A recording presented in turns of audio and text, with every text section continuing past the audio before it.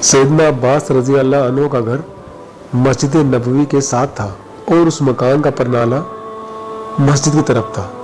जब बारिश होती तो परनाले से पानी गिरता जिसके छींटे नमाजों पर पड़ते। सैयदना उमर रजी अल्लाह अन्हु ने नमाजों पर छींटे पड़ते देखे तो परनाले को उखाड़ फेंका। सैयदना अब्बास आए तो देखा उनके मकान का परनाला उतार दिया गया है। पूछा जी किसने उतारा? जवाब मिला अमीरुल मोमिनीन ने नमाजों पर छींटे पड़ते देखे तो उसे उतार दिया। सैयदना अब्बास ने काजी के सामने मुकदमा दायर कर दिया। अबी बिन काब रज़ी अल्लाह अन्हु चीफ जस्टिस हैं।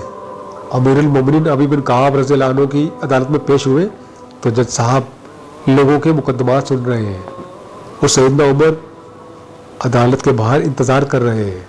काफ़ी इंतज़ार के बाद जब सैयदना उमर अदालत के रूबरू पेश हुए तो बात करने लगे, मगर अबी बिन काब रज़ी अल्लाह अन्हु ने रोक दिया कि पहले मुद्दई का हक है कि वो अपना दावा पेश करे। ये उमर के दौर का चीफ जस्टिस है। सैयदना अब्बास दावा पेश करते हैं कि मेरे मकान का परनाला शुरू से ही मस्जिद नबवी की तरफ था।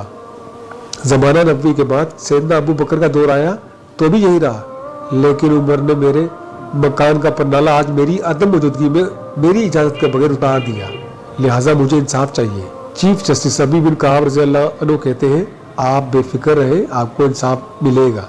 काजी ने सैयदना उमर से पूछा आपने सैयदना अब्बास के घर का परनाला क्यों उतारा? 22 लाख मुरब्बा मील के हाकिम कटहरे में खड़े होकर कहते हैं सैयदना अब्बास के मकान का परनाला मस्जिद नबवी की तरफ था। जब बारिश होती और परनाले से पानी बहता तो उसके छींटे नमाजों पर पड़ते थे जिससे नमाजों को परेशानी होती, इसलिए मैंने उसे उतार दिया। अबी बिन काब ने देखा कि सैयदना अब्बास कुछ कहना चाह रहे हैं। पूछा आप क्या कहना चाहते हैं?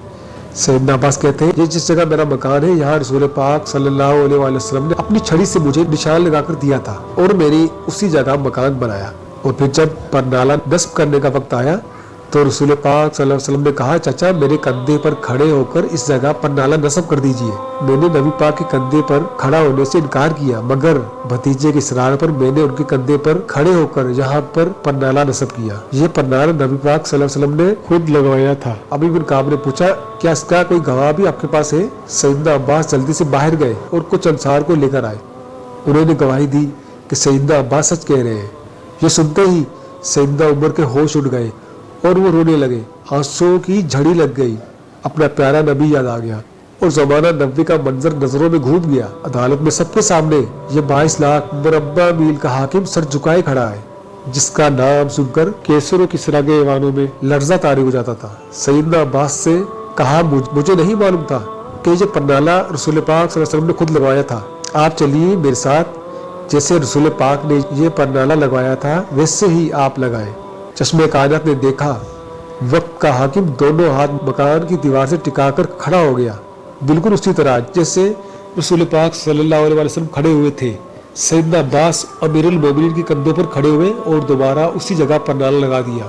लेकिन वक्त के हाकिम का यह सलूक देखकर सैयदना अब्बास रज़ी अल्लाह अन्हु ने मकान मस्जिद नबी को वक्फ कर दिया। तो व्यूअर्स ये थे हमारे सहाबा कराम रज़ी अल्लाह अन्हुम अजमाइन और उनकी नबी सल्लल्लाहु अलैहि वसल्लम से मोहब्बत।